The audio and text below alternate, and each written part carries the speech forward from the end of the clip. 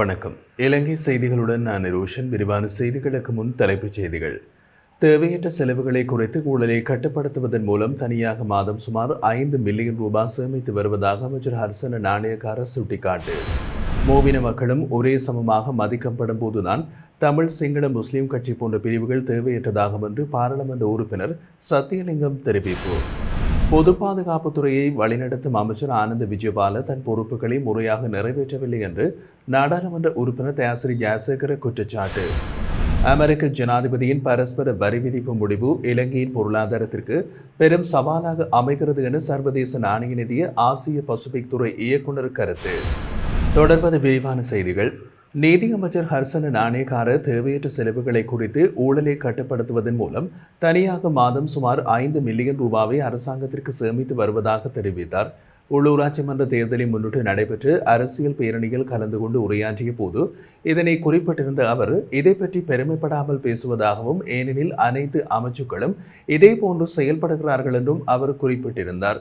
தற்போது ஒரு அமைச்சருக்கு கிடைக்கும் வசதிகள் 3 வாகனங்கள், பாதுகாப்பிற்காக 15 பணியாளர்கள் மற்றும் வாகன அணிவகுப்புக்காக 3 போலீஸ் மோட்டார் சைக்கிள்கள் ஆகியவற்றை அவர் தவிர்த்துள்ளதாக குறிப்பிட்டார்.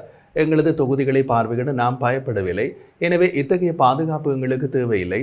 ஆனால் எதிர்க்கட்சிகள் பயப்படுவதால் அவர்களுக்கு அவை தேவை என்றும் நாணயக்காரர் விளக்கியிருந்தார்.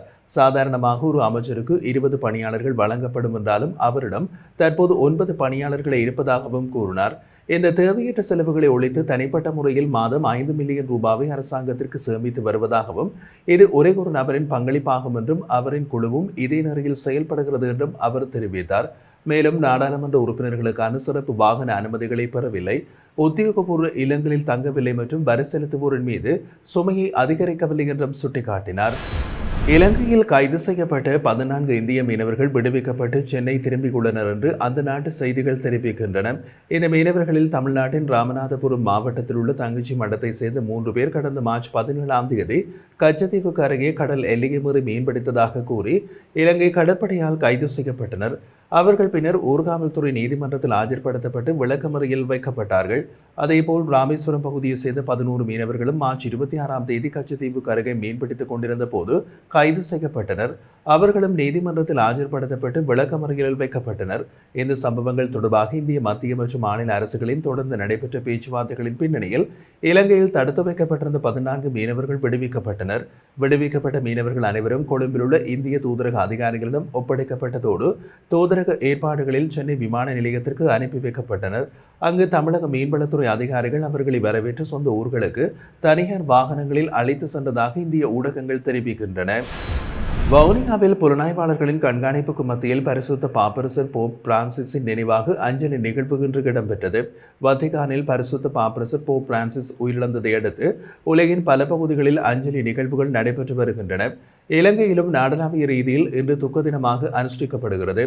இந்த பின்னணியில் வவுனியாவில் தமிழர் தாயக காணாமல் ஆக்கப்பட்டோர் சங்கத்தின் ஏற்பாட்டில் அஞ்சலி நிகழ்வு நடைபெற்றது. காணாமல் ஆக்கப்பட்டவர்களின் உறவினர்கள் வீதி அபிவிருத்தி திணைக்களம் முன் அமைந்துள்ள கொட்டகையின் அருகே கையில் தீபங்களை ஏந்தி பாப்பரசரின் திருவுருவப் படத்திற்கு ஒளி தீபம் ஏற்றி மரியாதை செலுத்தினர். இந்த நிகழ்வின் போது புலனாய்வுத் துறையில் அங்கு வந்திருந்து காணாமல் ஆக்கப்பட்டோரின் உறவினர்களின் புகைப்படங்களை எடுத்ததோடு செய்தி சேகரிக்க வந்த ஊடகவியலாளர்களையும் படம் பிடித்ததாகவும் குறிப்பிடப்படுகிறது. மூவின மக்களும் ஒரே சமமாக மதிக்கப்படும் நாள் வரும்போதுதான் தமிழ் கட்சி, சிங்கள கட்சி, முஸ்லிம் கட்சி போன்ற பிரிவுகள் தேவையற்றதாகும் என்று பாராளுமன்ற உறுப்பினர் சத்தியலிங்கம் தெரிவித்துள்ளார்.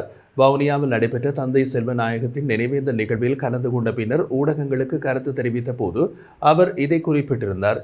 தொடர்ந்து அவர் கூறுகையில், ஒரே தேர்தலில் வென்று சில கட்சிகள் தாங்களே தமிழர் மற்றும் முஸ்லிம் மக்களின் பிரதிநிதிகள் என்று கூறுவது தவறு எனவும், அவர்கள் ஓட்டின் மூலம் வென்றிருந்தாலும் அனைத்து மக்களின் உணர்வுகளையும் பிரதிபலிக்கவில்லை என்பதும் கூறினார். இலங்கை மக்கள் நாட்டில் மாற்றத்தை விரும்பினர். முந்தைய ஆட்சிகள் தேசிய வளங்களை தவறாக பயன்படுத்தி மக்களை பிச்சைக்காரராக மாற்றின. இதனால் மக்கள் மத்தியில் ஆட்சியை ஏற்படுத்தினார்கள். இந்த மாற்றத்தினை நாங்களும் எதிர்பார்க்கிறோம் என்று அவர் தெரிவித்திருந்தார். இலங்கை நாடு ஊழல் அல்லா நிர்வாகத்தையும் மக்கள் நலனுக்கேற்ப செயல்படும் அரசையும் கொண்டிருக்க வேண்டும் என்பதே அனைவரது கனவு என்றும் அவர் கூறினார். தமிழ் தேசிய கட்சிகள் மட்டும் ஒன்றாக இணைந்து நாட்டை நிர்வகிக்க இயலாது, ஏனெனில் எண்மையில் சிறுபான்மையாக உள்ளோம் என்றும் தமிழரின் நீண்டகால பிரச்சனையை தீர்க்க முனைந்தோர் யாராக இருந்தாலும் அவர்களோடு இணைந்து செயற்பட தயாராக இருப்பதாகவும் குறிப்பிட்டுள்ளார். ஆனால் தற்போதைய அரசாங்கம் 6 மாத காலத்திலேயே தங்கள் பாதையை மாற்றியுள்ளதாகவும் மக்கள் எதிர்பார்த்த மாற்றத்திற்கு பதிலாக வேறு பயணத்தை மேற்கொண்டுள்ளதாகவும் சுட்டிக்காட்டியுள்ளார். மூவின மக்களும் சமநிலையோடு மதிக்கப்படும் சமயம்தான் உண்மையான தேசிய ஒற்றுமை நிகழும் என்றும் அந்த நிலையை உருவாக்குவது அரசாங்கத்தின் முக்கிய பொறுப்பு என்றும் அவர் வலியுறுத்தினார். இலங்கையில் அண்மையில் அதிகரித்து வரும் தொடர்ச்சியான கொலை சம்பவங்கள் நாட்டின் சட்டம் மற்றும் ஒழுங்கு நிலைமைக்கு பெரும் சவாலாக உருவெடுத்துள்ளது. இந்த நிலையில் பொது பாதுகாப்பு துறையை வழிநடத்தும் அமைச்சர் ஆனந்த் விஜயபால தன் பொறுப்புகளை முறையாக நிறைவேற்றவில்லை என்று ஐக்கிய மக்கள் சக்தியின் நாடாளுமன்ற உறுப்பினர் தயாசிறி ஜெயசேகர குற்றம் சாட்டினார். அமைச்சராக பதவி வகிக்கும் ஒருவர் தமக்கு ஒதுக்கப்படும் பொறுப்புகளை முழுமையாக மேற்கொள்வதற்கான உறுதியோடு பதவியேற்க வேண்டும்.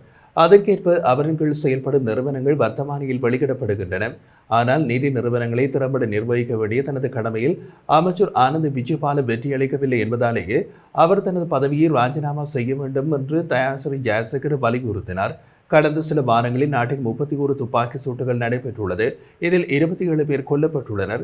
கொல்லப்பட்டவர்களில் அரசியல் சார்ந்தவர்களும் பொதுமக்களும் அடங்குவதாக அவர் குறிப்பிட்டார். குறிப்பாக ஸ்ரீலங்கா பொதுஜன பெரமுன செயற்பாட்டாளர் டான் பிரியசாத் கொலையில் அதிகாரிகள் மட்டுமல்லாமல் ஐஜிபி உள்ளிட்ட மூத்த அதிகாரிகளும் நேரடியாக காரணமாக உள்ளதாக குறிப்பிட்டுள்ளார். மேலும் குற்றங்களை தடுக்க ஹெல்மெட் அணிந்த ஒவ்வொரு இருசக்கர வாகன ஓட்டுநரையும் சோதனை செய்தல் பயனுள்ள நடவடிக்கையாக இருக்க முடியாது என்றும் தயாசிறி ஜெயசேகர தெரிவித்தார். இந்தியா பாகிஸ்தான் மோதல் நிலைமையில் இலங்கைக்கு ஒரு சிறப்பான வாய்ப்பு உருவாகியுள்ளது என்று நாடாளுமன்ற உறுப்பினர் ரவி கருணாநாயக்க தெரிவித்துள்ளார். இந்த சந்தர்ப்பத்தை நமது வெளியுறவுத்துறை அமைச்சர் புத்திசாலித்தனமாக பயன்படுத்தி இரு நாடுகளோடு முறையாடி தெற்காசிய கூட்டமைப்பான சாக் அமைப்பை ஒன்றுபட்டு வைத்திருக்க வழிவகுக்க முடியும் என்றும் அவர் வலியுறுத்தினார். இதை வெளியுறவுத்துறை அமைச்சர் விஜித ஹேரத்திற்கு ஒரு முக்கியமான வாய்ப்பாக இருக்கலாம் என்றும் ரவி கருணாநாயக்க குறிப்பிட்டுள்ளார். மேலும் முதலீட்டில் அதிகரிப்பு காணப்படும் நிலை உருவாகும் வாய்ப்பு இருப்பதாகவும் அதை அதிகரிக்க இலங்கை சுறுசுறுப்பாக செயல்பட வேண்டும் என்றும் குறிப்பிட்டுள்ளார். இதேவேளையில் இலங்கையின் ஏற்றுமதிகள் பெரும்பாலும் ஐரோப்பிய ஒன்றியத்திற்கு செல்லும் நிலையில் கிடைக்கும் GSP+ விலக்குகளை தொடர்ந்தும் பெற அவ்வப்போது அவர்கள் கூறும் விதிமுறைகளை பின்பற்ற வேண்டிய அவசியம் இருப்பதாக குறிப்பிடப்படுகிறது.